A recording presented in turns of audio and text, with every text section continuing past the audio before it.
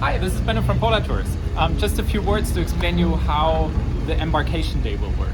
So typically the ships arrive somewhat during the night or in the morning.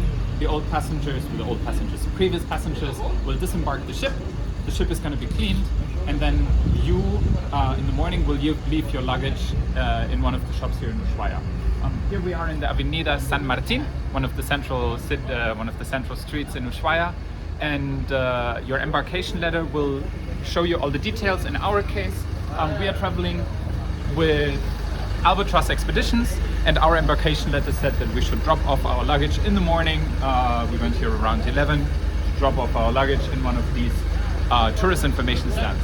You will then drop off your luggage, you get a luggage tag, and you have the rest of the morning until roughly 2 o'clock in the afternoon to explore the city.